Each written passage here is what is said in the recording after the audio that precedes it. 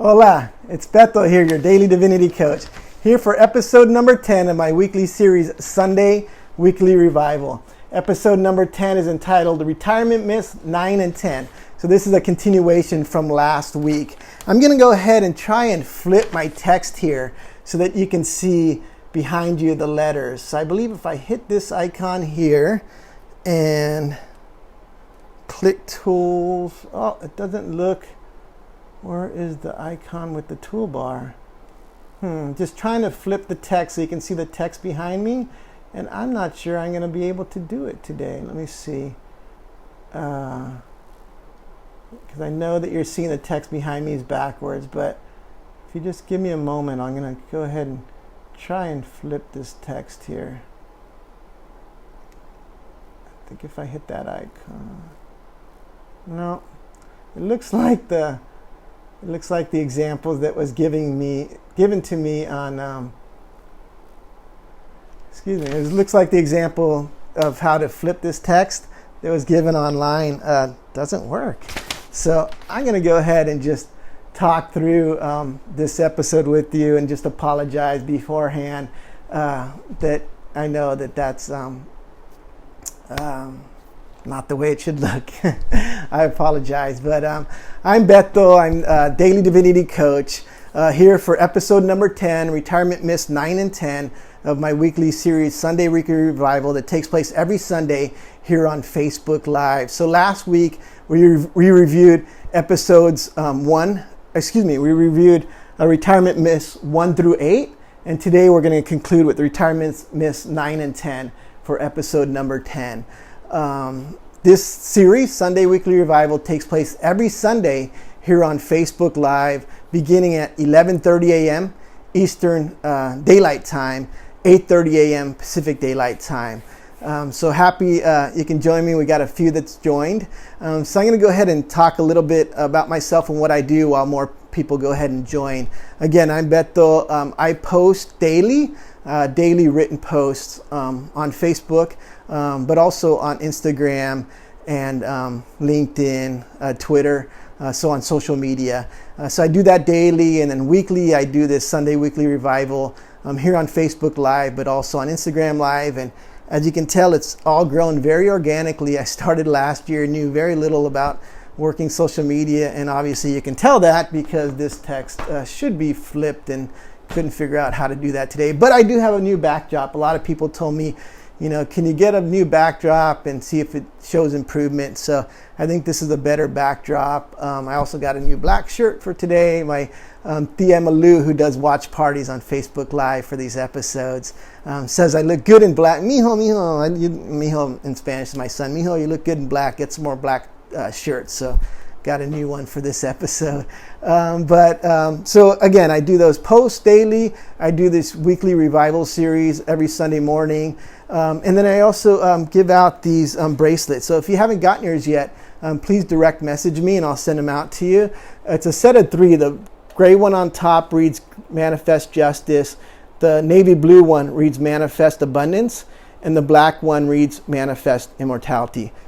So I give them out as a set of 3. I do wear all 3 at the same time, but I know others tell me, I wore a great navy blue outfit the other time, so I just wore the blue one, right? Or I wore this really nice gray outfit, so I just wore the gray one. So you can obviously wear them however you like, but I do send them out as a set of 3. And typically it's cost prohibitive to send outside the U.S. So I do provide free shipping in the U.S., but for this month, because at the end of the month, it's my first reverse birthday, I'm offering free shipping anywhere in North America or Europe. So it's August. If you haven't gotten your set because you don't live in the U.S., but you live in North America or Europe, please direct message me and I'll ship you out a set for free. I am a pluralist. I do have my Master Divinity degree. I'm a Harvard Divinity School graduate, and I'm a pluralist. And that means that I have quote-unquote followers that are from all kinds of different faiths, and some that from no faith. So I teach everybody. So I have followers that are Hindu and Buddhist, Muslim, Catholic, Protestant, Jewish, agnostic, atheist, people who just consider themselves spiritual, or people who are just searching. So again, I teach everybody. I'm a pluralist. Before I begin the content of today's episode, I was asked if we would lift up or keep in our prayers those in California who are dealing with the wildfires. And I even heard there's a wildfire tornado in Northern California. So I wanted to make sure that I acknowledge that and that we are keeping those people, those in harm's way of those wildfires, including that wild tornado, in our prayers. So we're going to go ahead and get started with the content of episode number 10. So episode number 10 is entitled Retirement Myths 9 and 10. Last week we reviewed retirement myths number 1 through 8, and we're going to finish it off today with 9 and 10. But before we get to 9 and 10, I'm going to go ahead and review number 1 through 8. So again, I apologize that I couldn't flip the text for you. We'll get this fixed next week. But I'm learning as I go, and hopefully this new backdrop and my new shirt will make up for it. So last week we reviewed retirement myth number 1. Retirement is for everybody. Myth, right? Retirement is not for everybody. Last week I used the examples of Bob Arum. Bob Arum is the chairman, CEO, founder of Top Rank Boxing. Bob Arum turns 89 in December. He has no plans to retire. As a matter of fact, he said, I can't think of anything more fun than what I'm doing now. Why would I stop? I was in the boxing industry as a media correspondent, ringside correspondent. I see Rob's, I think it was the first one to join today, and Rob knows because he visited me in Las Vegas a couple of times when I was working in the industry, and even attended a fight and I think a weigh-in when I was over there. So I got to know Bob Arum and his team a little bit. Bob Arum, I used that example. I also used the example of Warren Buffett, right? Warren Buffett, chairman of the board, runs Berkshire Hathaway, one of the most successful investors in the world, I think number 4 or 5 richest person in the world. And he's going to be 90, August 30th this month, in 2 weeks. And he says he has no plans to retire. So again, retirement's not for everybody. What's interesting about those ages, and the reason I emphasize 89 and 90, is because in the U.S., the common retirement age is 62. So they're both Bob and Warren are well past that, and the average lifespan is 79. So not only have they passed the common retirement age in the U.S., they passed the average lifespan. So there's a lot to be said for this, right? That retirement's not for everybody. Retirement myth number 2 that we reviewed last week. If you delay your dreams now, you'll be happy living your dreams in retirement. And for last week, I used the example of Hilly Crystal. Hilly Crystal was the founder of the nightclub CBGB there in Manhattan. CBGB was famous for launching the American punk rock movement in the U.S. CBGB launched the careers of the Ramones, as well as Blondie, Talking Heads, and others. In the movie CBGB, Hilly Crystal's in a bank and he looks at an advertisement that says, if you save now, you can live your dreams in retirement. He said, no, I'm not. He wasn't having it. He wanted to live his dreams now. And so he moved forward and started CBGB and launched the career of again, the Ramones, Blondie, Talking Heads, and others. We went through this last week. Number 3, retirement myth number 3. Those responsible for investing your retirement savings are delaying gratification to you. Simply a myth, right? And I used the example last week of The Wolf on Wall Street with Leonardo DiCaprio and Matthew McConaughey. But the bottom line is that you don't go and become an executive in the retirement industry because you want to delay gratification. You want to push off your Alaskan cruise, and you want to push off your new sports car and cruise in your yacht down in Florida, whatever. No, retirement executives, they're enjoying their toys now. That's the bottom line. So that's a myth. Myth here, number 4. Your retirement will go according to plan. And for this one, I use the example of my shoe repair guy. He came here with nothing to the U.S., saved work with his wife, and they planned their retirement to Florida. They had their home sold, their business sold. They had bought or in the process of closing on a home in Florida. and she unexpectedly passed away, unfortunately. And so that was many, many years ago, and he's still here working his business. So he told me in front of my ex at the time, my ex-wife, Beto, live in the moment, live your dreams now. He said nothing's promised. And, when he told me this story about him and his wife, and I'm going to stop here and say, I'm not saying don't plan or save for retirement. I'm not saying that. Trust your intuition, trust your savings. I just want to get at the truth about the retirement industry and say this, and we'll get into more of this later, is don't let the fear of scarcity and the fear of scarcity, not having enough money for retirement, stop you from living dreams, right? And living in the moment now. And I'll get to an example that'll really hit home on that. So again, I'm not completely bashing the industry. I'm just putting some myths out there so that I can really encourage everybody who's watching, whether live or the recorded video, the idea to go ahead and live your dreams. You don't have to delay your dreams. Some dreams do take longer than others to achieve, but the real key is to live in the moment. Retirement myth number 5. If you follow the plan, you'll have enough money, right? You'll have enough to retire comfortably. And I use the example here of a colleague of mine, and Rob, who's on the phone, who's watching live, I'm sure remembers this person because we both used to work together with this person. But a colleague of mine, he worked this plan, and he retired at 60. They told him he could, right? His advisors. And when I met him, he was 70, and he was working 2 jobs. He was back working again. He said, Beto, unforeseen circumstances took place, and I had to go back to work. I didn't have enough to make it to the end, or what he considered the end.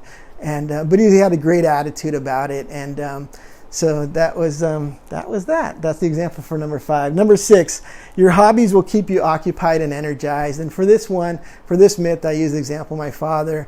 This is the man who played. He was big, right? Bigger than life, 6'4", 250, and one of his hobbies was playing basketball. It was back in the 60s, 70s, early 80s, and at the YMCA they played hard, right? They crashed the boards and stuff. He played basketball. He'd work his day job, his full 50, 60 hours a week. On Friday nights, he'd do his faith healing services. He was into miracles and faith healing. He never charged. It was all free. People would come and he'd do his thing. As a matter of fact, he gave money away. And then he'd take us skiing, water skiing, snow skiing.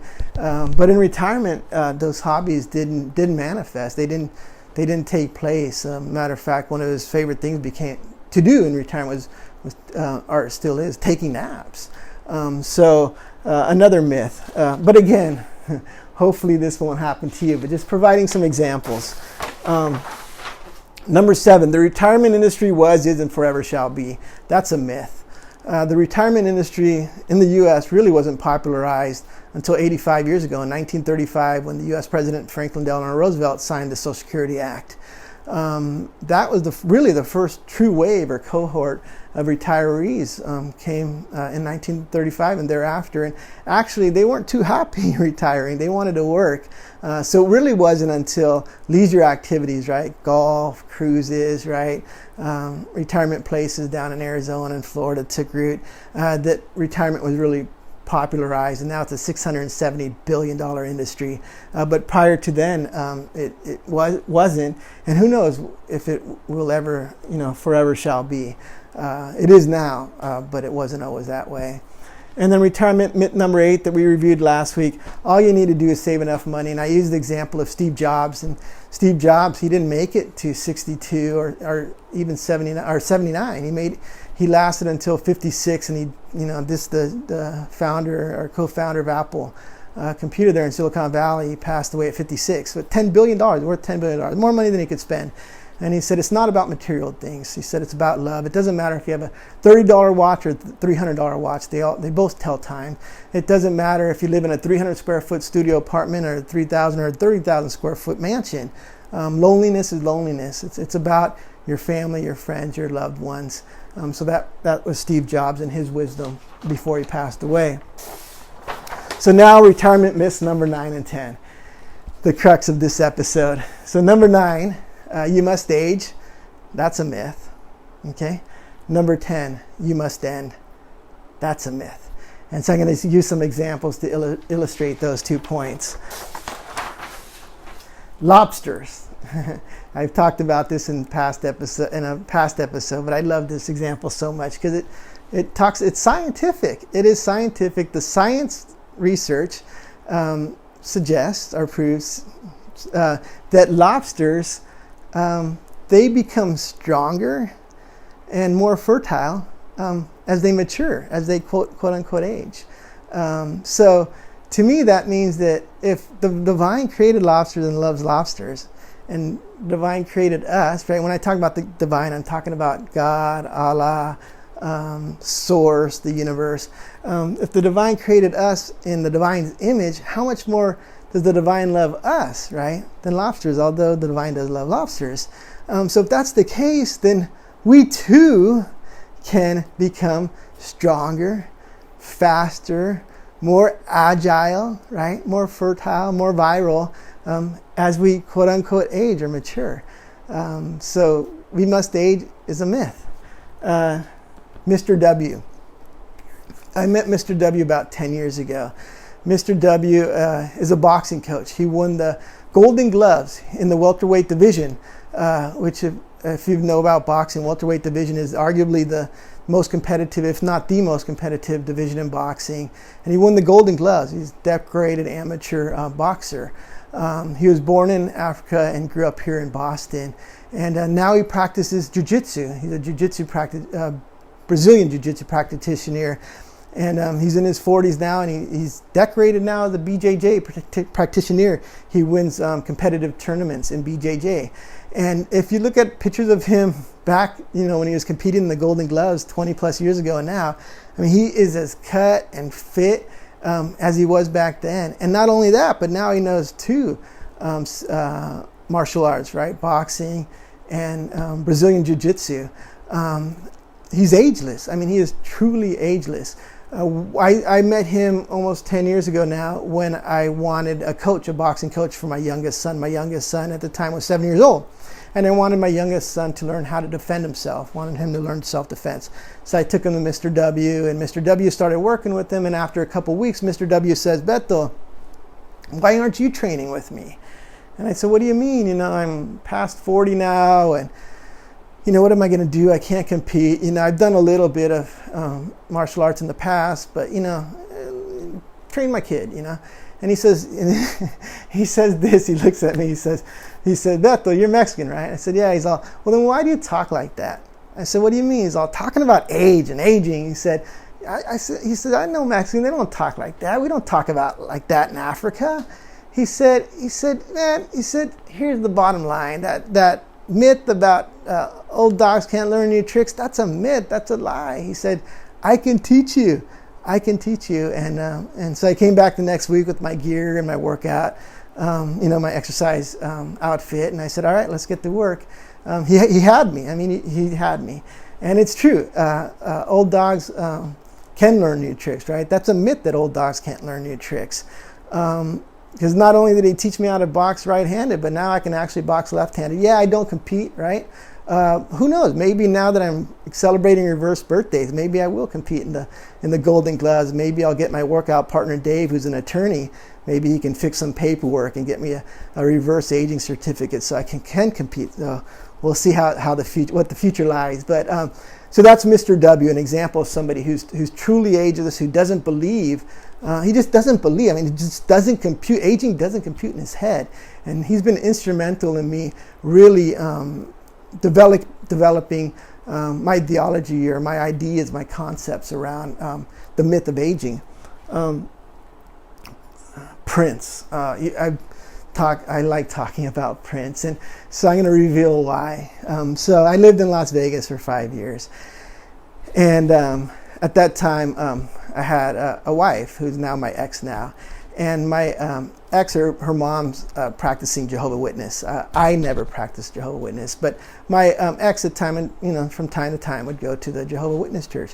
One thing I love about Jehovah's Witness is they don't celebrate birthdays. They don't do it.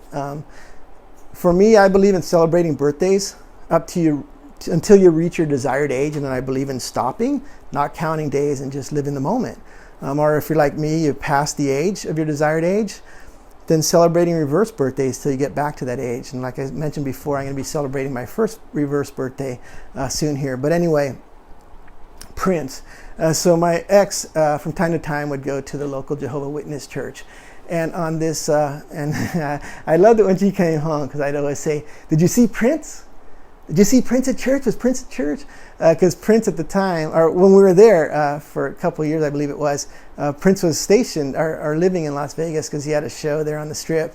And so he would attend the same Jehovah's Witness church as my ex-wife did. And so she'd either say yes or no. But here's the thing about Prince is Prince stopped celebrating birthdays.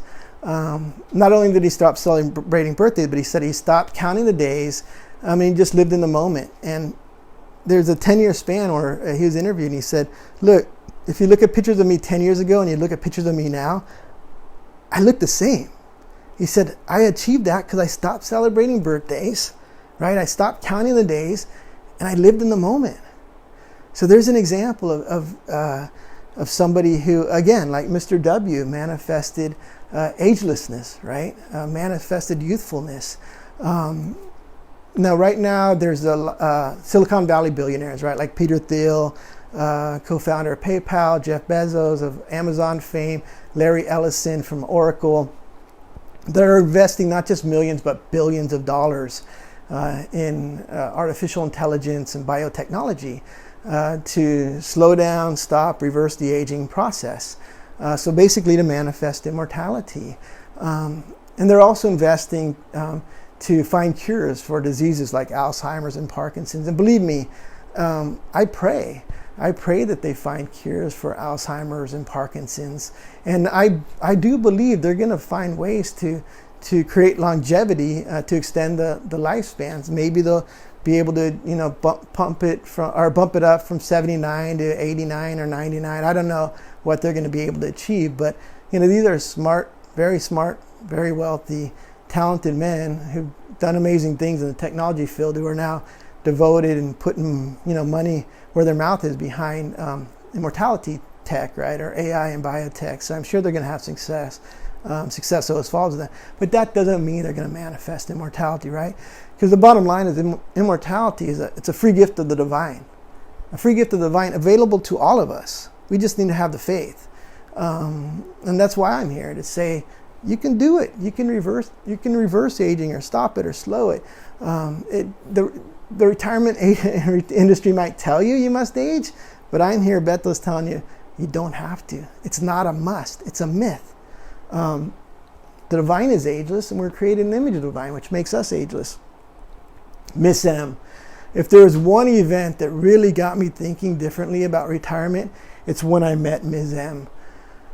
I was finishing up my seminary studies, and when I met Miss M, I was taking a class. It was one of my very last classes. I needed to finish my Master in Divinity, and Ms. M was living at an assisted facility, assisted living facility, which I was volunteering at. I volunteered at a skilled nursing facility and an assisted living facility. And so when I went into the assisted living facility for the first time, I said, who should I visit? Who would you like me to visit? They said, you really should visit Miss M.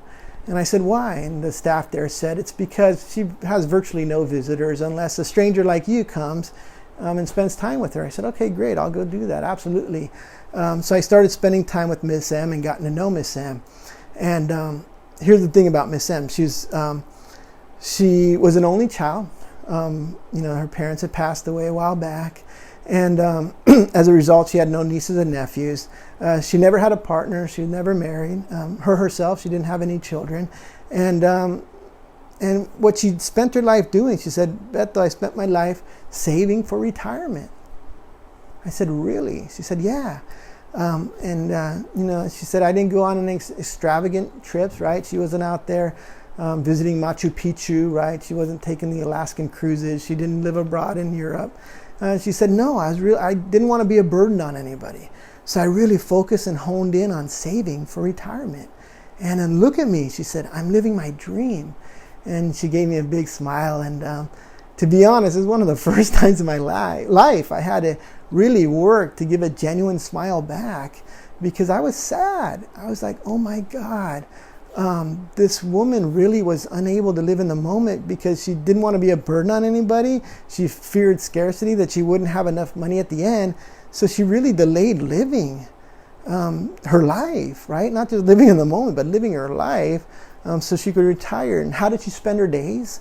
How did I spend my time with her, observing her spend her days? She would look out the window and she'd say, Beto, look how beautiful, the trees and the flowers and the grass. She was in an assisted living facility in the suburbs of Boston. And sure enough, it was beautiful. There was trees and grass and whatnot out her window, flowers. But that's what she did. That's how she spent her days in retirement. And the staff told me she'd come out once in a while to engage. They'd have field trips and game nights and whatnot, but not very often. She really spent her time there. And that was the one event, honestly, that really got me thinking about retirement and why I encourage people, the way my shoe repair guy encouraged me, live in the moment, live your life, right? Live your life, live in in the moment. I think back to Miss M often. I mean, it was really a pivotal moment for me when I met her. And then the last example I want to use is of the great father and the rich man. The great teacher, the great teacher and the rich young man. So there's a rich, this is according to ancient texts. There's a rich young man, and the rich young man wanted to learn the secrets of the universe. So he comes up to the great teacher and he says, great teacher, teach me the secrets of the universe.